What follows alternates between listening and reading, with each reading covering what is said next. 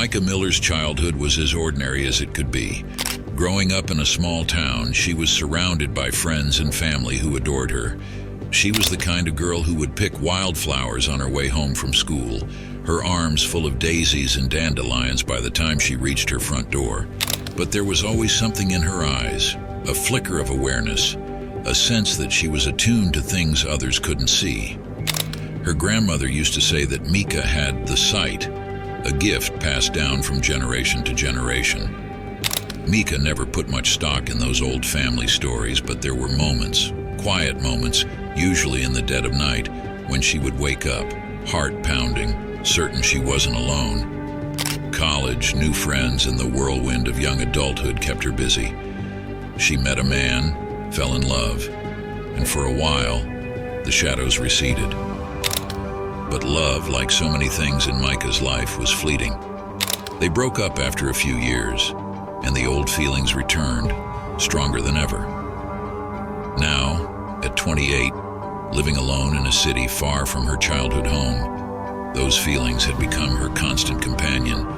The strange phone calls, the sense of being watched, everything was a reminder that something was wrong, deeply wrong. The day after her front door had been left ajar, Mica decided she needed to do something more drastic. The police weren't taking her seriously, and she knew that she couldn't just wait around for something terrible to happen.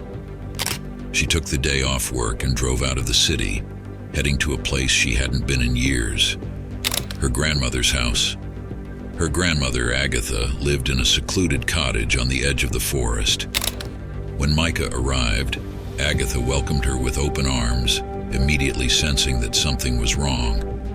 Over tea, Mica spilled everything, the phone calls, the unlocked door, the feeling of being watched. Agatha listened quietly, nodding every so often, her face thoughtful. With that, the man disappeared, leaving Mica alone in the clearing, trembling with fear. She knew then that there was no escaping him, no ritual that could save her. He was a part of her now, a shadow that would follow her wherever she went. The next morning, Mica returned to her apartment, exhausted and defeated. She knew she couldn't go on like this, but she didn't know what else to do. She sat down at her kitchen table, staring at the phone in front of her, and for the first time in months, she picked it up and dialed Sarah's number. Sarah answered on the first ring, her voice filled with concern. "Mica, what's wrong?" Mica hesitated, unsure of how to explain everything that had happened.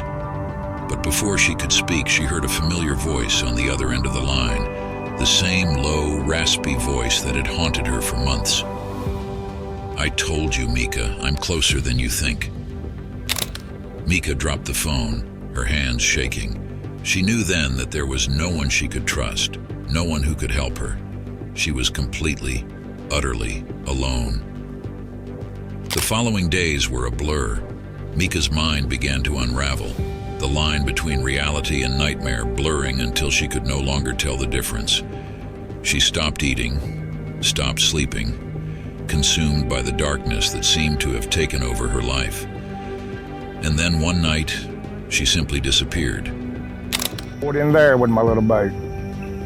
And maybe 5 minutes after getting into the slough, I heard a cry, a faint cry. Heard it for maybe 2 or 3 minutes, and the crying stopped. Oh my God, don't tell me, because the crying had stopped.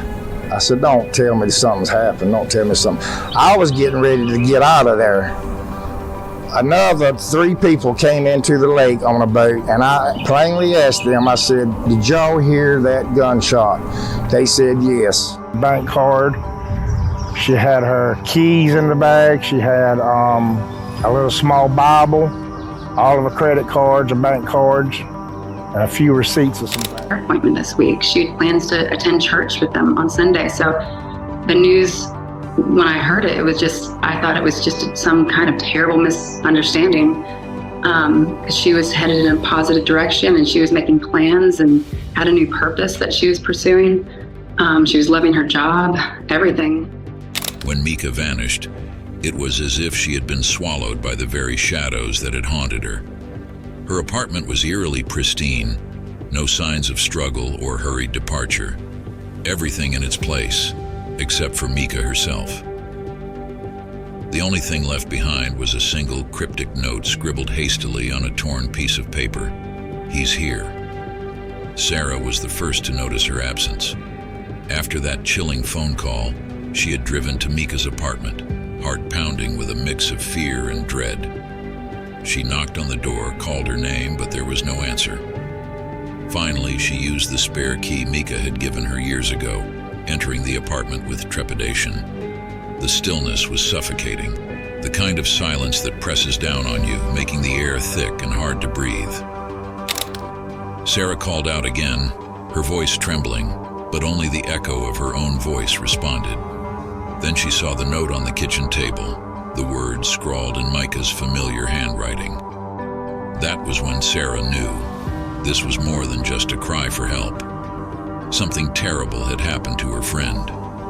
The police were called once more, but the investigation seemed to hit the same dead ends as before. There were no signs of forced entry, no evidence of foul play, no witnesses.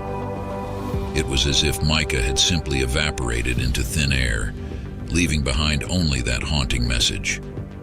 Weeks turned into months, and the case grew colder with each passing day. Sarah refused to give up, though. She retraced Mica's last steps, visited the park where Mica had gone that night, and even spent hours poring over the security footage from the cameras Mica had installed. But there was nothing. No clues, no leads, no answers. As the winter months closed in, Sarah's frustration turned to obsession. She began to see patterns where others saw none, convinced that there was a connection between Mica's disappearance and other unsolved cases in the city. And said, "Hey, Mica bought a gun. She's out in the backyard. Well, you think she bought it to shoot me?" I don't know, JP. I don't know what's going on in the house that would be a reason. He was scared, was wondering, do you think she bought it to shoot me? Well, why would that be a question if you wasn't mistreating her? Greatest wife anyone could ask for. She was incredibly affirming. We spent every night together for hours just talking and talking. She spent long nights at her computer, sifting through missing persons reports, crime scene photos, and newspaper clippings, looking for anything that might tie them together. Then allegedly begins another affair with a church member who has a husband who uses a wheelchair, who mysteriously ended up dead and drowned in a pool. Is that accurate? Yes. That's what we've been told by people who have reached out. We've spoken to former church members.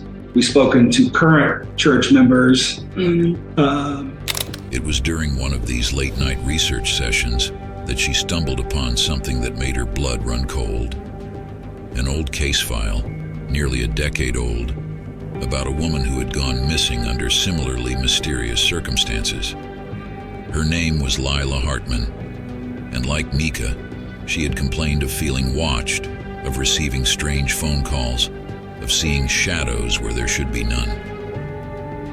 Lila's body had been found 6 months after her disappearance in a remote part of the same forest where Mica had often sought solace. The official cause of death was hypothermia, but the details were eerily similar to Mica's case. No signs of struggle, no explanation for how she had ended up so far from home alone. Sarah couldn't shake the feeling that these cases were connected. She dug deeper, uncovering more stories. Women who had vanished without a trace. All of them reported similar experiences before their disappearances. The pattern was undeniable, and it led Sarah to one terrifying conclusion. Whatever had taken Mica was something far older, far darker than she had ever imagined. She reached out to the families of the other victims, but most of them were too broken, too resigned to dig up the past. They had accepted the official explanations, moved on as best they could. But one woman, Lila Hartman's sister, agreed to meet with Sarah. Her name was Claire, and she had never believed that her sister's death was an accident. They met in a small cafe on the outskirts of the city, a place where they could talk without fear of being overheard. Claire was a woman in her 40s, with tired eyes and a wary demeanor, as if she had seen too much of the world's darkness to ever feel safe again. She listened as Sarah recounted Mica's story, her expression growing graver with each passing word. When Sarah finished, Claire nodded slowly. "I knew there was something more," she said, her voice barely above a whisper. "Lila, she told me about the phone calls, the feeling of being watched, but no one believed her. They thought she was just losing it. But I knew something was wrong." "Do you think it's the same thing?" Sarah asked, leaning in closer. Claire hesitated, her fingers tracing the rim of her coffee cup. "I think it's something beyond our understanding. Lila wasn't the first, and she won't be the last. Whatever it is, it's been here a long time. It preys on women like them, sensitive, intuitive, vulnerable. And once it latches on, it doesn't let go." Sarah felt a chill run down her spine. "What do we do? How do we stop it?" Claire looked at her, a sad, resigned expression in her eyes. "I don't know if we can, but I've been doing some research of my own. There are rituals, old ways of protection. They might not stop it, but they could help. But you have to be careful. This thing, it's dangerous. It's already taken too much from us." Determined not to let Mica's fate be another unsolved mystery, Sarah agreed to try. Over the next few weeks, she and Claire gathered everything they needed for the ritual: candles, herbs, ancient symbols that had been passed down through generations. They studied texts, consulted with experts in folklore and the occult, and prepared themselves for what was to come. The night of the ritual, Sarah and Claire met at the same clearing in the forest where Mica had last been seen. The air was thick with tension, the trees towering above them like silent sentinels. They set up the candles in a circle, lighting them one by one as they chanted the words they had memorized, their voices trembling but resolute. As the ritual reached its climax, the wind began to howl through the trees, whipping the flames of the candles into a frenzy. The ground beneath them seemed to tremble, as if the very earth was reacting to the power of the ritual. Sarah could feel something stirring in the darkness, a presence that was both ancient and malevolent. Then, just as suddenly as it had begun, the wind died down and the forest was plunged into an eerie silence. The candles flickered, then went out, leaving Sarah and Claire standing in the darkness, their breaths coming in shallow gasps. "Did it work?" Sarah whispered, her voice barely audible. "I don't know," Claire replied, her eyes scanning the shadows around them. "But I think we might have bought ourselves some time." For a moment, it seemed as if they had succeeded. The forest was still, the oppressive feeling that had hung over them lifted. But as they gathered their things and began to leave, Sarah caught a glimpse of something out of the corner of her eye. A figure, standing at the edge of the clearing, watching them. She turned to look, but it was gone. She wanted to believe it was just her imagination, but deep down, she knew better.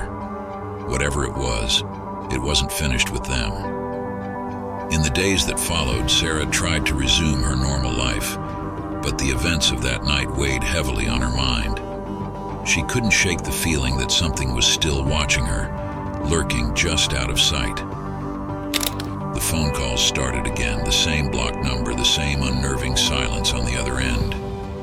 But now, instead of fear, she felt a grim determination.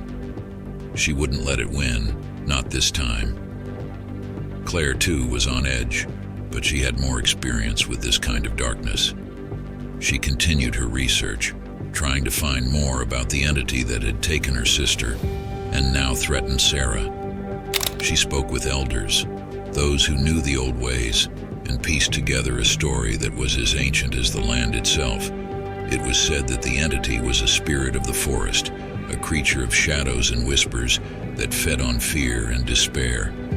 It had no name, no form that could be easily described, but it was drawn to those who were vulnerable, those who could see beyond the veil of the ordinary world. And once it chose its prey, it would stop at nothing to claim them. The more Claire learned, the more hopeless it seemed. There were stories of those who had fought the entity and lost, their lives consumed by madness and terror. But there were also stories, rare, whispered tales, of those who had defeated it, who had found a way to banish the darkness and reclaim their lives. Sarah took these words to heart. She began to rebuild her life step by step, refusing to let the entity take any more from her. She reconnected with old friends, went back to work, and slowly, the shadows that had haunted her began to recede. She still felt its presence sometimes, in the quiet moments before sleep or in the dark corners of a room, but she didn't let it control her. Then one day, something changed. Sarah woke up feeling lighter, as if a great weight had been lifted from her shoulders. The phone calls stopped and the sense of being watched faded into nothingness. It was as if the entity had finally given up, realizing that it could not break her spirit. Claire called her a few days later, her voice filled with relief. "I think it's over," she said. "Whatever we did that night, it worked." But Sarah knew better. It wasn't the ritual that had saved her, nor the research or the ancient symbols. It was her own strength, her refusal to let the darkness take hold. She had fought back, not with fear, but with courage, and that had made all the difference. Still, she couldn't forget Mica or the others who had been lost. The entity might have been banished for now, but it was still out there waiting for its next victim. And Sarah knew that she would always be vigilant, always on guard, ready to fight if it ever came back. As she stood at the edge of the forest one last time, the wind rustling through the trees, Sarah whispered a silent promise to Mica and all the others. "I'll never forget you, and I'll never stop fighting." With that, she turned and walked away, leaving the shadows behind her, knowing that she had finally reclaimed her life.